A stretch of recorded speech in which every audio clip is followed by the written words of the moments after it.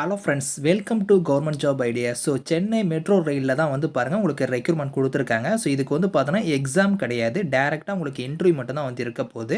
So officer லெவலில் தான் இந்த போஸ்டிங்ஸ் வந்து உங்களுக்கு வந்திருக்கு. சேலரின்னு பொறுத்த வரைக்கும் 85,000 இருக்கும். ஸோ 2,4 லட்சம் இருக்கும். அதே மாதிரி வந்து 62,000 இந்த மாதிரி வந்து சேலரி வந்து ஒரு 3 விதமான கேட்டகரியில் வந்து போஸ்டிங்ஸ் தகுந்த மாதிரி சேலரி கொடுத்துருக்காங்க.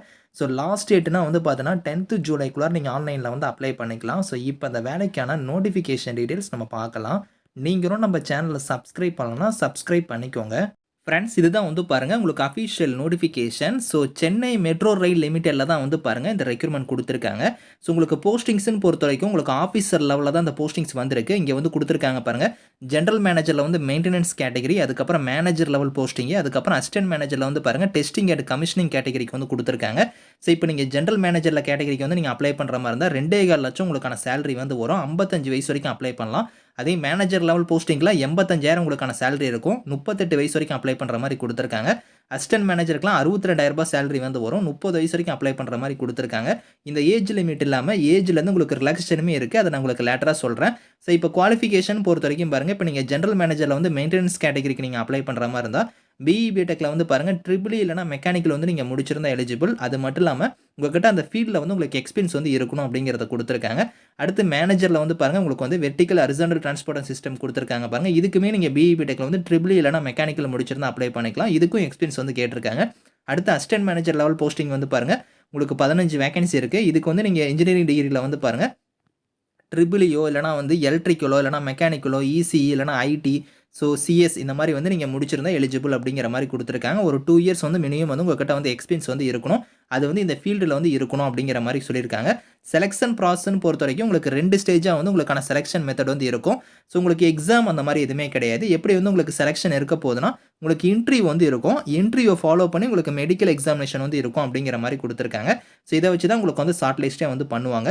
ஸோ இதில் உங்களுக்கு வந்து நான் ஏஜ் லிமிட் சொன்ன பார்த்தீங்களா, அது இல்லாமல் வந்து பாருங்கள் நீங்கள் வந்து ஸோ எஸ்சி எஸ்டி கம்யூனிட்டியாக இருக்கிறீங்க அப்படின்னா உங்களுக்கு 5 இயர்ஸ் வரைக்கும் அந்த ஏஜ்லேருந்து ரிலாக்ஷன் வந்து இருக்குது. அதே நீங்கள் வந்து எம்பிசி டிசி பிசி பிசிஎம் இவங்க எல்லாத்துக்குமே வந்து 2 இயர்ஸ் வந்து கொடுத்துருக்காங்க அந்த ஏஜ் லிமிட் இல்லாமல். ஸோ அதே நீங்கள் பிடபிள்யூடி கேட்டகரியாக இருந்தால் உங்களுக்கு 10 இயர்ஸ் வரைக்குமே வந்து பாருங்கள் ஏஜ்லேருந்து ரிலாக்ஷன் வந்து இருக்குது அப்படிங்கிற மாதிரி சொல்லியிருக்காங்க. ஸோ இதுக்கு அப்ளிகேஷன் ஃபீஸ் வந்து இருக்குது. அது வந்து பார்த்தோன்னா ஸோ இங்கே கொடுத்துருக்காங்க பாருங்கள். பிடபிள்யூடி கேட்டகரிக்கு மட்டும் ஃபீஸ் கிடையாது. இவங்களை தவிர்த்து எஸ்சி எஸ்டியாக இருந்தீங்கன்னா 50 ரூபா வந்து நீங்கள் ஃபீஸாக வந்து பே பண்ணணும். அதே நீங்கள் மீதி இருக்கிற கம்யூனிட்டி வந்து பார்த்தோன்னா 300 ரூபா வந்து நீங்கள் ஃபீஸ் வந்து பே பண்ணுற மாதிரி இருக்கும். அது வந்து இங்கே பேங்க் அக்கௌண்ட் டீடைல்ஸ் கொடுத்துருக்காங்க பற்றில இந்த அக்கௌண்ட்டுக்கு தான் நீங்கள் வந்து ஃபீஸ் வந்து நீங்கள் வந்து பே பண்ணுற மாதிரி இருக்கும். ஸோ ஆன்லைன் மூலியம் இதுக்கு வந்து நீங்கள் பே பண்ணிக்கலாம். ஸோ இதில் இந்தியன் நேஷனல்ஸாக இருக்கிறவங்க எல்லாருமே எலிஜிபிள் தான் இந்த வேலைக்கு நீங்கள் அப்ளை பண்ணிக்கலாம். ஸோ ஹவு டு அப்ளைல வந்து எப்படி அப்ளை பண்ணுற மாதிரி இருக்குன்னா இங்கே வந்து பாருங்கள் லிங்க் கொடுத்துருக்காங்க. இந்த லிங்க்கில் போய் நீங்கள் ஸ்டெப் பை ஸ்டெப்பாக இங்கே வந்து பாருங்கள் ஸ்டெப்ஸ்மே வந்து இருக்குது. 1 பை 1 வந்து பார்த்தீங்கன்னா நீங்கள் ரெஜிஸ்டர் பண்ணி நீங்கள் ஆன்லைனில் வந்து அப்ளை பண்ணிக்கலாம். டாக்குமெண்ட்ஸ்லாம் என்னென்ன அப்லோட் பண்ணணும் அப்படிங்கிறத வந்து பாருங்கள் இந்த இடத்துல கொடுத்துருக்காங்க. ஸோ இங்கே கொடுத்துருக்கிற டாக்குமெண்ட்ஸ் எல்லாத்தையும் நீங்கள் வந்து செல்ஃப் அட்டஸ்டட் காப்பீஸாக நீங்கள் வந்து ஸ்கேன் பண்ணி நீங்கள் வந்து அப்லோட் பண்ணணும். அது வந்து பாருங்கள் 2 MBக்குள்ளார வந்து இருக்கணும். இந்த ஃபார்மேட் படி ஃபைல் ஃபார்மேட் படி தான் வந்து இருக்கணும் அப்படிங்கிற மாதிரி சொல்லியிருக்காங்க. ஸோ லாஸ்ட் டேட் வந்து பாருங்கள் 10th ஜூலை தான் வந்து லாஸ்ட் டேட்டு. அதுக்குள்ளார நீங்கள் வந்து ஆன்லைனில் வந்து நீங்கள் அப்ளை பண்ணிக்கலாம். ஏதாவது டவுட்ஸ் இருக்குன்னா வந்து பாருங்கள் உங்களுக்கு ஹெல்ப்லைனுக்கு இங்கே டெலிஃபோன் நம்பர் இருக்குது. அதே மாதிரி இமெயில் ஐடியுமே கொடுத்துருக்காங்க. இந்த நம்பருக்கு நான் இமெயிலுக்கு வந்து நீங்கள் காண்டாக்ட் பண்ணி உங்களோட டவுட்ஸை நீங்கள் கிளாரிஃபை பண்ணிக்கலாம். இந்த நோட்டிஃபிகேஷன் இதுக்கான லிங்க்ஸ் வந்து நான் கீழே கொடுக்குறேன். ஸோ செக் பண்ணி பாருங்கள். Thank you friends.